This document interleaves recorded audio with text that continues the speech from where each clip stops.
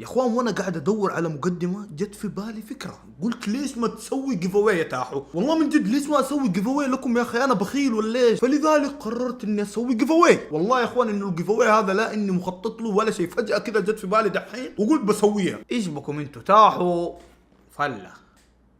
دقيقه شنب ينلف؟ بالله انلف شنب يا اخوان؟ احس نفسي باب الحاره. فكرة الجيف اواي بشكل مختصر، نزل مقطعي على التيك توك، واذا جاب مقطعك اعلى مشاهدات بين الناس اللي حينزلوا مقاطعي لك 1000 ريال ما يعادل 300 دولار.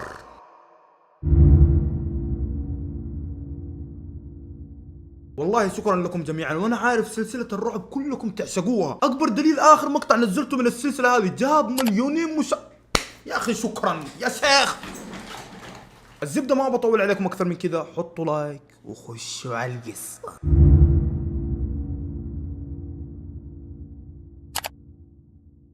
اسمي شاوون وعمري 23 سنة. أنا عارف أغلبكم حيقولوا لي اسمك غريب، بس صدقوني قصتي أغرب. أنا عربي وأغلب اللي حولي مسلمين إلا أهلي، حتى عمي اللي هو أخو أبويا مسلم، بس أنا ما أدري ليش أبويا اختار دين غير دين الإسلام. عائلتي عائلة غنية جدا لدرجة إنه أنا بعمر 23 عندي 5 سيارات فاخرة، وفعليا أي شيء أطلبه يجيني على طول بسبب ثراء أبويا اللي تقدروا تقولوا عنه ثراء فاحش.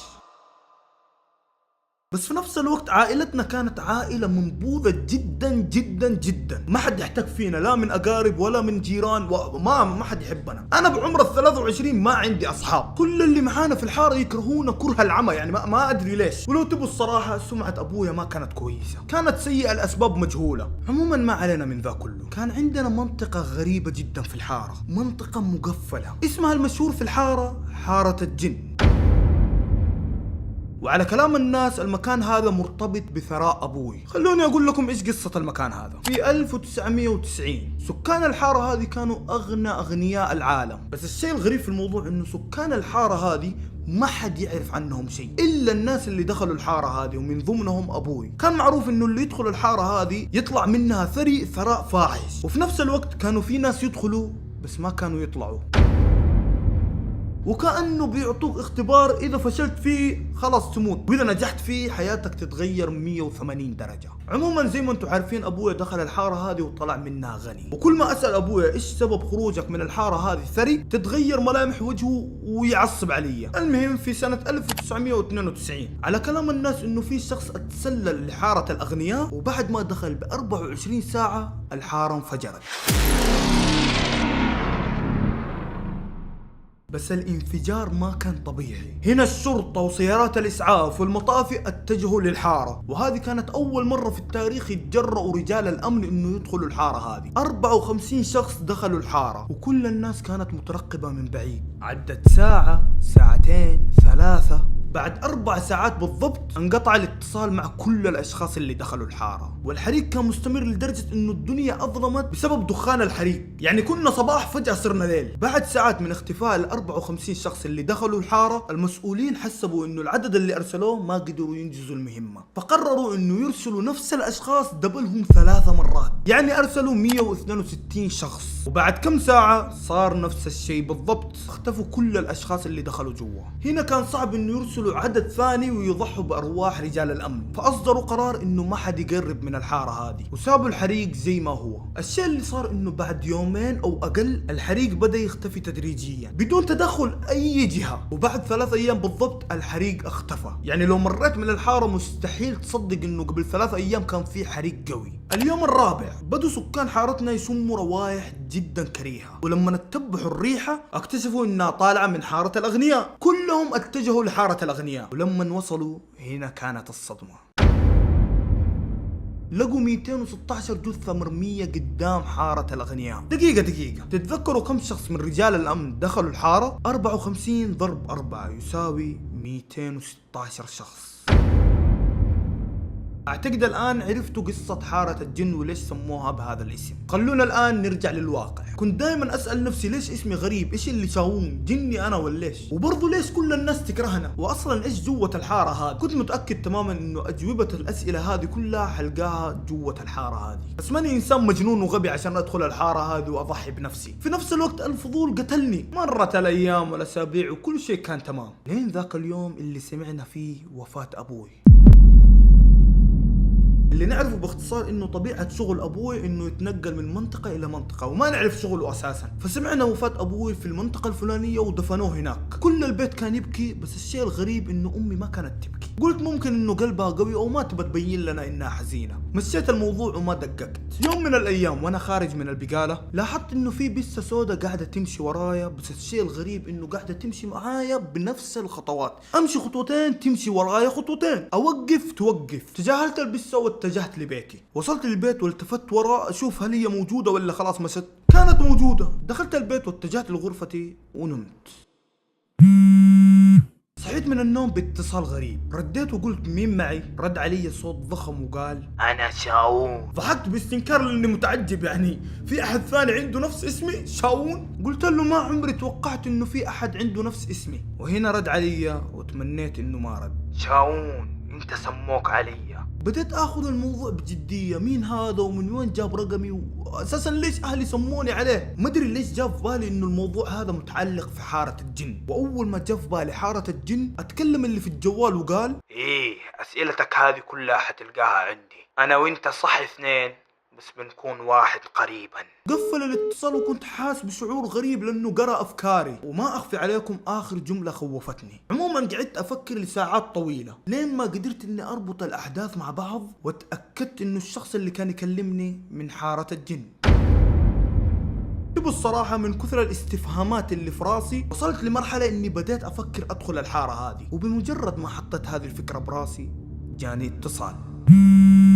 اليوم الساعة 7. الشخص اللي كان يكلمني كان قذر تمام، يتكلم يقول اللي يبغاه ويقفل في وجهي. بس الشيء اللي تأكدت منه بعد الاتصال هذا انه هو قاعد يقرأ افكاري. نعم لا اوصف لكم الشعور، هذه بحد ذاتها فكرة مرعبة انه في شخص كذا يقرأ افكارك. عموما طالعت في الوقت كانت 1 الليل وهو قال لي الساعة 7، يعني قصده بعد 6 ساعات من الان. ما اخفيكم بس كنت خايف لأبعد درجة، بس الاستفهامات اللي في راسي حسيت انها اهم من حياتي. بعد 5 ساعات طلعت من البيت بدون ما احد يعرف واتجهت لحارة الجن. اول ما وصلت لقيت باب حارة الجن مفتوح. هذه ما قد شفتها في حياتي. كان قدامي درج اسود. صراحة انصدمت انه في درج، يعني الحارة حقتهم في الدور الثاني ولا ايش. دخلت من الباب واول ما حطيت رجلي على الدرج الاول الباب اتقفل. طلعت ورايا بخوف وبديت اواسي نفسي انه ما في شيء. قعدت اطلع الدرج لين ما لمحت نور. بصراحة ما كنت اشوف شيء غير النور. اول ما وصلت للنور هنا كانت الصدمة. ما توقعت نهائيا انه الحارة بتكون بذي الطريقة. اللي شفته يا اخوان قدامي صحراء. وين حارة الأغنياء؟ وين الكلام اللي كنا نسمع عنه اللي يدخل ما يطلع إلا هو غني؟ قاطع حبل تفكيري لمسة يد خشنة، ولما التفت لقيت قدامي عجوز. كان عجوز بشكل غريب، يعني التجاعيد كانت مغطية على ملامح وجهه. أكيد كلنا عرفنا مين يكون هذا الشخص. بالضبط هو شاوون اللي كان يكلمني في الاتصال. طالع فيني شاوون بنظر حادة وقال لي الحقني وانتبه تطالع وراك لأنه الثمن حيكون غالي. هزيت راسي بطيب ومشيت وراه. كنت متجاهل فكرة اني اطالع ورايا تماما. قعدنا نمشي ابو 30 دقيقة لين ما وصلنا البيت كذا قديم متهالك. دخلنا البيت واتجهنا لقبو مظلم فيه له درج. نزلنا من الدرج وبديت اسمع اصوات غريبة من ورايا. فكرت التفت ورا، على طول اتكلم العجوز وقال لي انتبه. قعدنا ننزل من الدرج حوالي 20 دقيقة وفجأة حسيت انه في ضربة قوية جتني واغمى علي.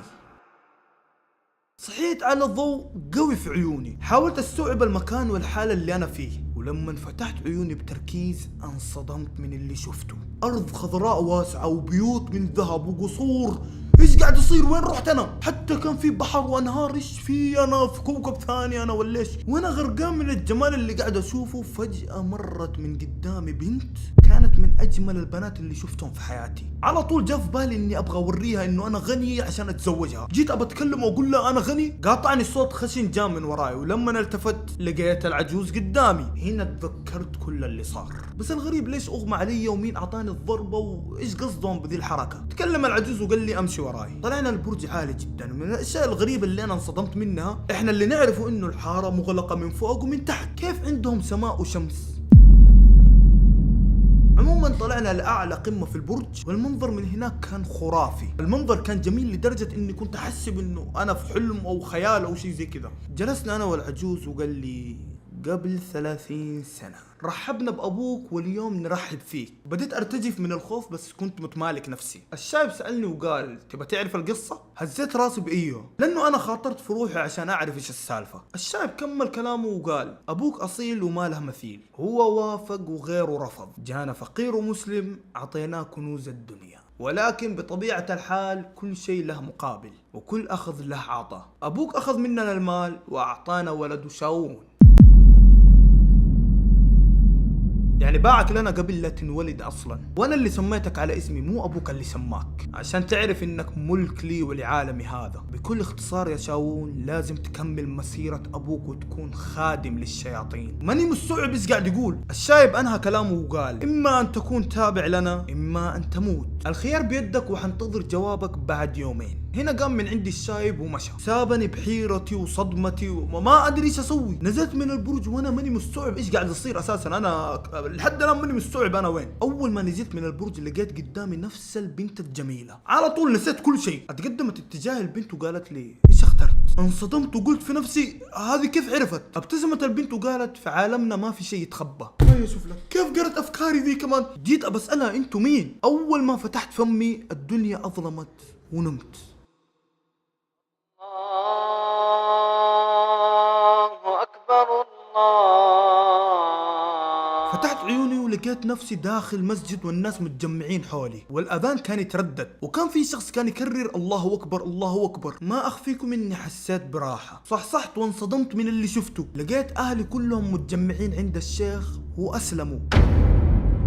الشخص الوحيد اللي ما أسلم من العائلة هو أنا، وبدون أي تردد وتفكير أسلمت بعد اللي شفته. أساسا أنا من صغري عارف إنه دين الإسلام هو الصح، بس أبويا ما كان يخلينا نسلم أو نعاشر المسلمين. رجعنا كلنا للبيت وكان فينا راحة مو طبيعية. اجتمعنا في المجلس بطلب من أمي وقعدنا ننتظر أمي لين ما جت. أول ما جت سلمت علينا وهذه كانت أول مرة، وبعدها بدأت تتكلم. أخذت نفس عميق وقالت أبوكم ما مات. كملت كلامها وقالت أبوكم محجوز في حارة الجن، وبدت تبكي. أمي قامت من مكانها واتجهت لغرفتها وهي تبكي، سابتنا بوسط حيرة وصدمة. يعني معقولة أبونا ما مات؟ فجأة تذكرت اللي صار وإنه قدامي مهلة يومين. اتجهت لغرفتي وقفلت الباب. مرت الليلة الأولى وأنا كنت أربط الأحداث في بعض. اللي فهمته إنه أبويا باع نفسه وباعني وباع دينه وصار ملحد، والناس اللي كانوا يختفوا كانوا رافضين هذه الفكرة وماتوا. في اليوم الثاني كنت أفكر على حل يخليني أتخلص من شاوون، بس ما تلاحظوا إنه في شيء غريب؟ أنا من اليوم قاعد أخطط وأفكر ولحد الآن ما جاني اتصال من شاوون. وأنا بوسط تفكيري فجأة أمي دخلت علي. أول ما دخلت ما قدرت أتحمل وقلت لها كل شيء. طالعت فيني وقالت في حل ثالث.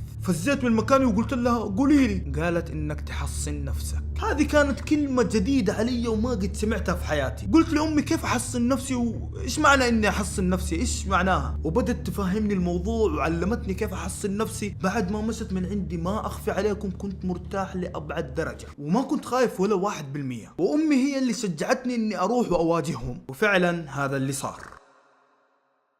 صحيت اليوم الثالث وبكذا تقدروا تقولوا انه فرص التفكير عندي خلصت. كنت متوقع انه يجوني باي لحظة. انتظرت ولقيت انه ما حد جاني. هنا عشان تعرفوا انه انا ماني خايف منهم خلاص صليت الفجر وقريت اذكاري اللي تعلمتها واتجهت لحارة الجن. قابلت نفس البس الاسود قدام الباب، بس الغريب في الموضوع انه اول ما شافني شرد. دخلت من الباب وصار نفس السيناريو. اول ما دخلت وحطيت رجلي على اول درج اتقفل الباب من نفسه. طلعت لفوق لين ما وصلت للصحراء. لقيت شاوون في وجهي واتجهنا للقبو. دي المرة يا اخوان حصل شيء غريب. المرة الاولى وانا نازل من القبو عدت 20 دقيقة واغمى علي، بس دي المرة كملت الساعة واحنا ننزل ولا اغمى علي. بيني وبينكم اتمنيت انه يغمى علي لانه الدرج كان طويل. واحنا نازلين فجأة الشايب طالع فيني وناداني باسم غريب. ما قال لي شاوون، قال لي خيلان مدري شيء زي كذا. فاهمين كيف؟ طالعت فيه مستغرب قلت له خيلان ذا مين؟ هنا الشايب وقف قال لي انت مين؟ قلت له انا شاوون. فجأة الشايب بدأ يصارخ ويتمتم بكلمات غريبة. فجأة ركض يا اخوان ركضة جدا سريعة. من السرعة اختفى بلمح البصر. كيف كذا سريع رغم كبر سنه؟ وانا بسط تفكيري جتني نفس نفس البنت الجميلة. قالت لي العجوز عرف انك محصن ودخلت الاسلام. قلت لها كيف عرف وانا محصن نفسي؟ قالت لي تتذكر المرة الاولى لما دخلت للقبو هذا سمعت اصوات وفجأة اغمى عليك صح؟ قلت لها صح. قالت لي لما اغمى عليك اتلبسك جني اسمه خيلان. قلت لها ايوه. قالت لي الحين خيلان حاول انه يتلبسك مرة ثانية بس انحرق،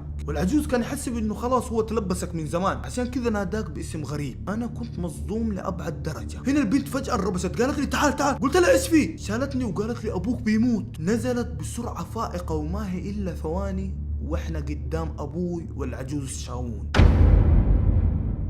بس للأسف وصلنا بعد فوات الأوان. العجوز شاون كان ماسك خنجرة وفي نفس الوقت كان حاط يده براس أبوي. هنا أبوي طالع فيني وقال اللي سويته صح. ما قدر يكمل كلامه إلا والعجوز قطع راس أبوي. هنا طالعت فيني البنت وقالت لي أذكر ربك لين ما يحترق العجوز. وقبل لا أذكر الله البنت اختفت وقعدت أكرر بذكر الله، الله أكبر الله أكبر. هنا العجوز بدأ يصارخ ويتمتم بكلام غريب لين ما لقيته بدأ يحترق. زدت عليه ورفعت صوتي. ما هي إلا دقائق والعجوز احترق بالكامل. بعد ما لقيته احترق هنا اخذت نفس طويل وبدأت ابكي لاني ما قدرت الحق على ابوي. بدأت ابكي ندما واسفا على وفاة ابوي بغير الاسلام. وانا قاعد ابكي فجأة طلعت لي البنت. وقفت على رجولي بصعوبة. جيت ابشكرها بس هي سبقتني وقالت لي شاون توثق فيني؟ قلت لها اكيد اوثق فيك. قالت لي كرر كلامي. صراحة كنت مستغرب بس قلت خليني اكرر كلامها ماني خسران شيء. بدت تقول كذا خزعبلات وكلام كذا غريب وبدون اي تردد قعدت اكرر كلامها. وقفت البنت وطالعت فيني قالت لي حاول تذكر ربك. قلت لها تمام. جيت ابذكر الله ماني قادر. حاولت منا يا ولد بس لا حياة لمن تنادي ماني قادر. هنا البنت ابتسمت ابتسامة طويلة وعريضة. انا استغربت وفجأة بدأت تضحك بشكل هستيري وكمان شكلها كان يتغير بشكل تدريجي لين ما تصور لي نفس الشايب شاون.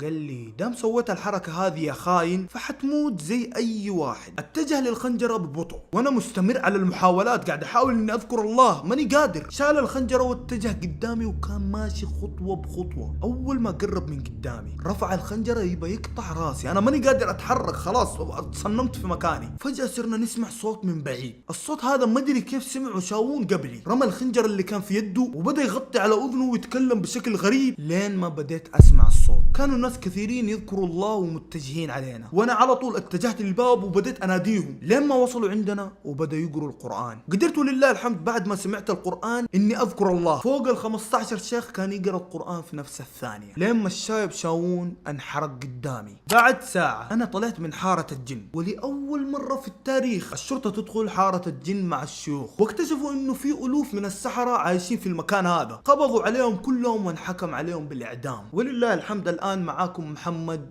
وليس شاون. يعطيكم العافية على المشاهدة يا اخوان. اتمنى انكم استمتعتوا في القصة. حاب اشكر زملار على تحضيرها لهذه القصة وحاب اشكر كل شخص حط لايك واشترك في القناة. يعطيكم العافية يا شيخ والله اني تعبت يا اخوان. حطوا لايك قاعد اصور لي ساعتين ايش تبغى اكثر من كذا. مع السلامة. جنات في اعالي سماء جمال الوجود بذكر الإله.